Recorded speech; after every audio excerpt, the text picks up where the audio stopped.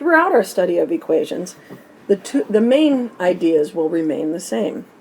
They are, we are always trying to isolate the variable, meaning get it alone on one side of the equation, and whatever we do to one side, we'll do to the other, keeping in mind that opposites undo. So let's take a look at an equation that says 3n is equal to 18. As always, I'm going to look and say, here's my variable. I'm trying to isolate it or get it alone on one side of the equation. When I look at this, once I've identified where my variable is, I have to say, what's happening with the variable? Well, it's getting multiplied by 3. Keeping in mind that opposites undo, the way to undo times 3 is to divide it by 3. 3 divided by 3 is 1, canceling out, making 1n, which is what we're looking for, n alone on one side of the equation. If I do it to one side, I do it to the other, meaning n equals 3. Notice a couple of things, please. We are using the fraction bar for division.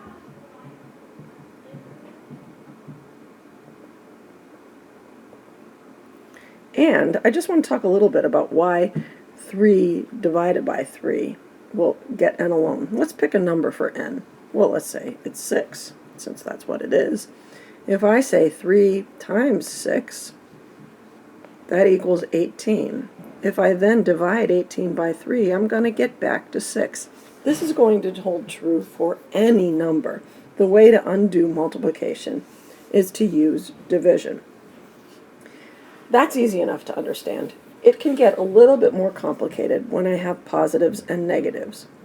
Let's say I have negative 5x equals 35. As always, I'm going to say, here's my variable. I want to get it alone or isolate it on one side of the equation. What's happening with the variable? It's getting multiplied by negative 5. What undoes multiplication? Division. So I know I'm going to be dividing by something. The question is, do I divide by positive 5 or negative 5? Well, let's think back to our rules for signs. A negative number divided by a positive number is a negative, so if I left it like this, I would have negative x, and that's not what I want. I want it to be positive x. So in order to do that, I'm going to divide negative 5 by negative 5. Any number divided by itself equals 1, not 0, 1. If I do it to that side, I do it to this side, and I find out that x is equal to negative 7. And it's true, negative 5 times negative 7 does in fact equal 35. So that's the check.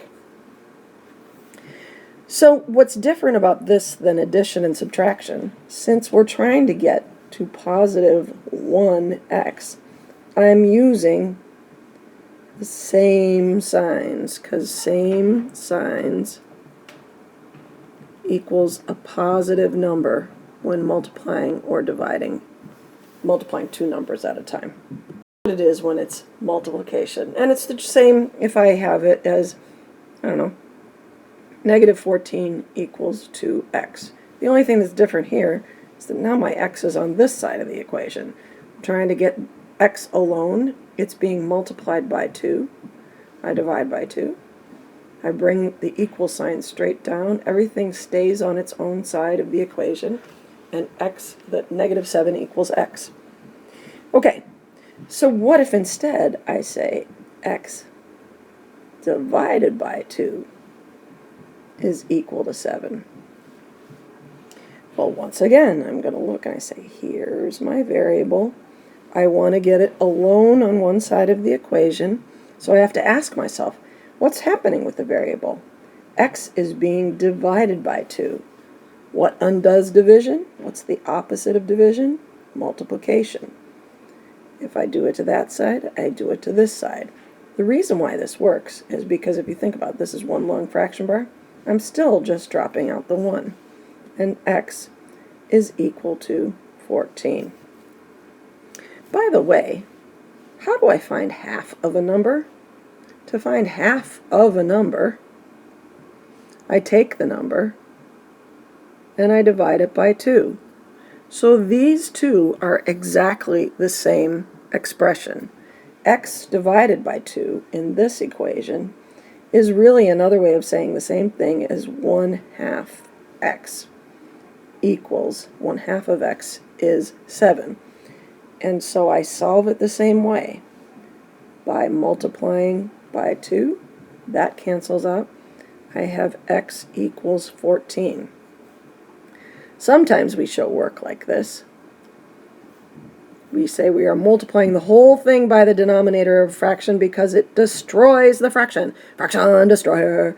And so when I multiply this side, I get x. When I multiply this side, I get equals 14. Hopefully you can see that these things are all different ways of saying the same idea. Again, this can get a little bit more complicated. Again, this can get a little bit more complicated when negative numbers are in. I say x over -5 is equal to 3. Well, it's easy to see that x is being divided by -5, so I'm going to multiply by that same number times -5 on that side times -5 on this side. They cancel out. X gives me -15.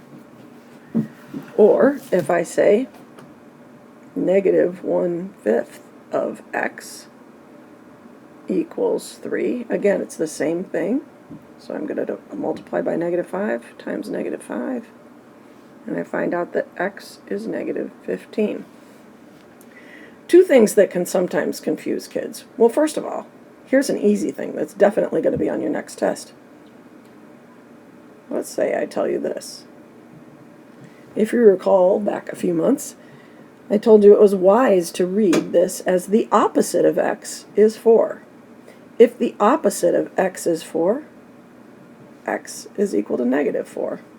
If I say the opposite of x is +4, then, -4, then x is equal to +4. Remember, this means the opposite of.